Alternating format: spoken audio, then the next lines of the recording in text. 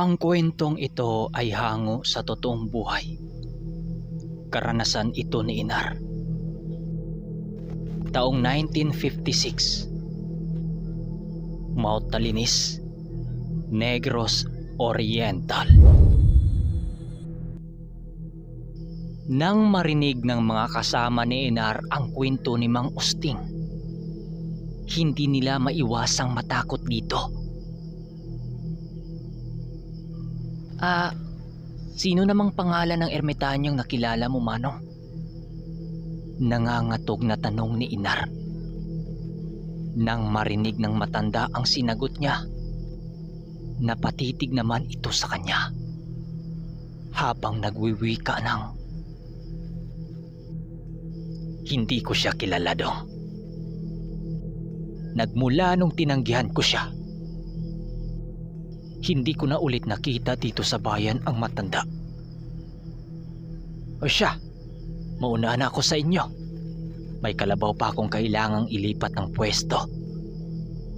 Sabay paalam nito dahil nga inabot sila ng hapon sa lugar kakainom. Habang naiwan silang tatlo, hindi maiwasang mapaisip nitong si Inar na yung matandang nagbigay sa kanya ng pambihirang tadyak ang pinaghinalaan niya, na yun din ang ermitanyong nakita ni Mang Usting. Pero ang ipinagtataka niya, paanong buhay pa rin ang matanda? Gawa ng bata pa lamang itong si Mang Usting nang masilayan na niya ang matanda. Tapos ngayon, ang tanda na rin ni Mang Usting pa, dahil pareho silang nalalasing ng araw ding yun. Kaya't kinagabihan, pinili na lang nitong si Inar na matulog na lang. Kinabukasan, maaga pa siyang pinuntahan ng mga kaibigan niya sa kanilang bahay. Paglabas niya ng bahay, nakita niya sila Masoy at Bandoy na nakaupo sa ilalim ng punong bangalanga. Kaagad naman niya itong nilapitan at tinanong kung anong pakay ng mga ito. Nakalimutan mo na ba yung sinabi namin sa'yo kahapon? May laban ngayon sa may patag. At gaya ng sinabi ko, may mga tandang sila Mang Ronald na ilalaban ngayon. Ang balita, sa pamangkin niya yung mga yan galing ibang bansa. Sagot ni Bandoy dito sa kanya.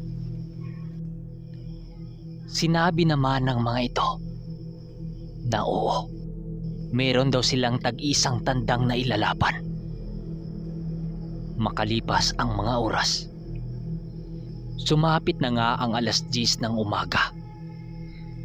Sipat na nila noon ang unti-unting pagdami ng mga tao sa may nasabing basketbulan na hindi na semento.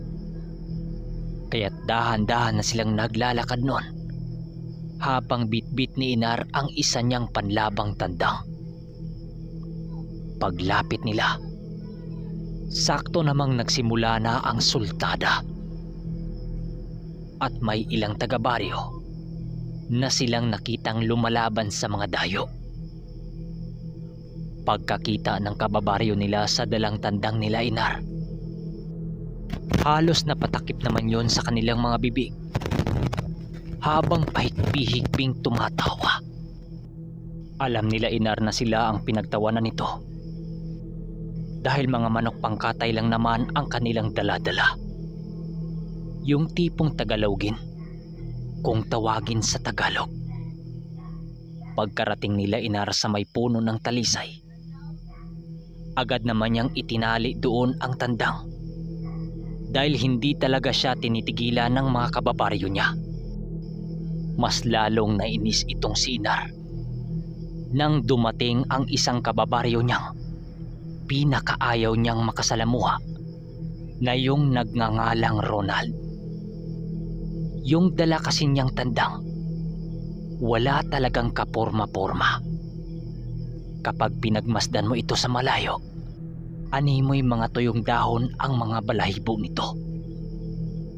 Nung nilagay niya ito sa lupa, akala mo takot ito sa lahat ng mga tandang sa kanyang paligid. Gawa ng ang lakas din ng mga tunog ng mga manok doon. Ayon kay Inar, napakalakas ng sultada noon, partikular sa bayan ng Dawin at Bakong. Dahil ang mga panahon na ito, bago pang lumaganap ang mga manok na galing Texas, kilala ang mga lahi na yan dahil sa mga magagaling na Amerikanong nagpalahi ng mga ito. Kadalasan sa nagwawagi sa sabungan noon ay ang ganong klaseng manok dahil matindi itong umatake kumpara sa pangkaraniwang na mga tandang. Kaya gano'n na lamang pinagkansyawan itong si Inar. Dahil ang ipinanlaban nila ay alam nyo na. Hanggang sa magpasya ang kanilang grupo na iunang ilaban ang tandang ni Inar. Kontra naman doon sa mga dayo. Sa ulutan pa lang, grabe na ang pangkakansyaw ng mga tao sa kanila. At ang masakit pa nito, kababaryo lang niya ang nagtrato sa kanila ng ganon. Subalit naging pabor naman ito sa makakalaban nila Inar. Gawa ng wala yung imik subalit. Ramdam nila na nagagalak din ito nang makita kung papaano paglaruan ang pambato niya. Subalit kabaliktaran ang nangyari hanggang sa pumasok na sa ruweda ang tatlo. Habang si Inar ang humawak sa tandang. Paglapag ng tandang sa lupa, makikita mo, animoy hindi ito lalaban. Pero ang hindi alam ng lahat, inilagay ni Inar sa tari ng kanyang pambato ang bigay ng matandang ermitanyo. Paglapag ng tandang, tumalikod lang naman siya habang lumakad papalabas ng ruweda. Pagbalik niya ng tingin, doon niya muling nakita ang ipinamalas na galing ng kanyang pambato. Kahit ilang bisis na niyang nasilayan ang ganong laban, namangha talaga siya dahil hindi lumaban ang kanyang tandang kapag nasa lupa. Ang laro nito, puro paitas, at yung kalaban naman, palingalinga lang ito sa ilalim habang nag-aantay ng pagkakataon upang lalapag yung kanya. Hanggang sa mabagot na lamang ang kalabang tandang. Sa muling paglipad ng tandang ni Inar sa ere, ay bigla itong sumama sa itaas. Pero sa pagbagsak nito, bigla na lang yung natumba habang nangingitim ang pagmumuka. Paglapit ng sentensyador, nakita nilang sa kili-kili ang tama nun.